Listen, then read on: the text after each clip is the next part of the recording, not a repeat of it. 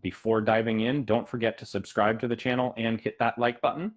Now, have you ever wondered what happens when a beloved show reaches its natural finale? Sometimes the end of a journey might actually be a welcome relief. Since 2019, Star Wars has found its home mainly on streaming platforms rather than theaters.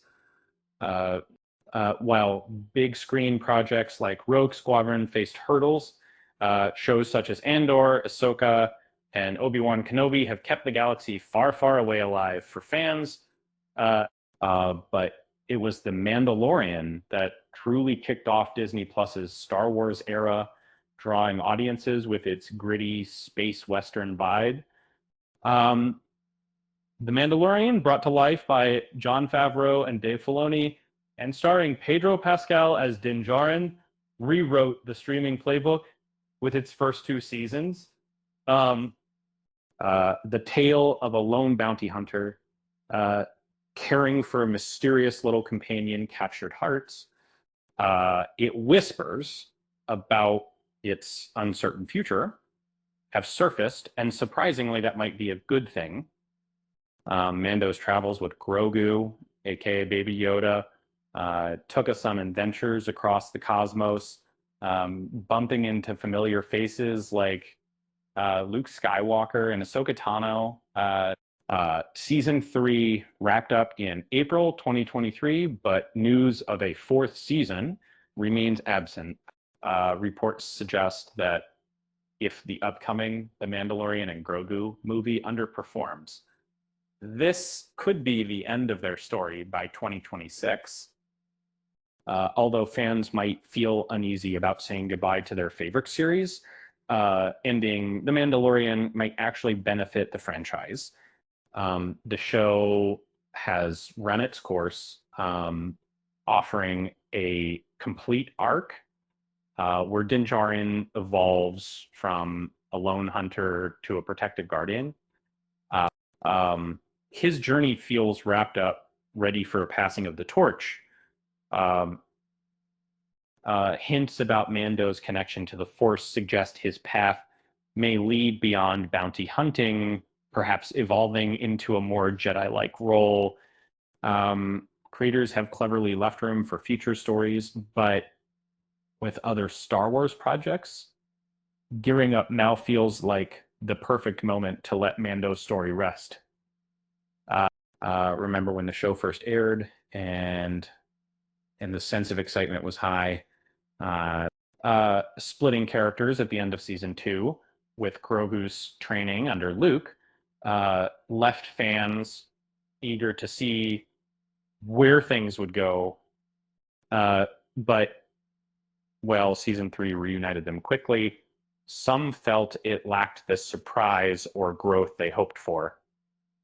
The story seemed to recycle some ideas, especially with the recurring villain Moff Gideon showing up repeatedly without fresh twists. This gave the impression that the narrative was treading water and losing momentum, leaving fans wondering if the same conflicts would drag on. Season 3 also lost some of the clear direction that guided earlier episodes. Instead of focusing on a central mission, it felt like a series of side quests, including a cloning subplot that didn't quite land. The story meandered, creating a sense of aimlessness compared to the focus drive of earlier seasons. The ever-present thread of interconnectivity, a hallmark of Star Wars, was both a blessing and a curse here. And while fan service like connecting Grogu to past galactic events is thrilling, it sometimes felt like characters were hopping from one crossover to the next without a clear purpose. It was as if the show was juggling multiple hatches opening at once. For all its ambitious crossovers and nods, fans were left with some lingering questions about why certain scenes or characters appeared. Was it to set up future series or purely to fan the flames of speculation? The rapid shifts between storylines occasionally left viewers craving the simpler, more cohesive narrative of season one. So maybe it's time to let The Mandalorian ride off into the sunset.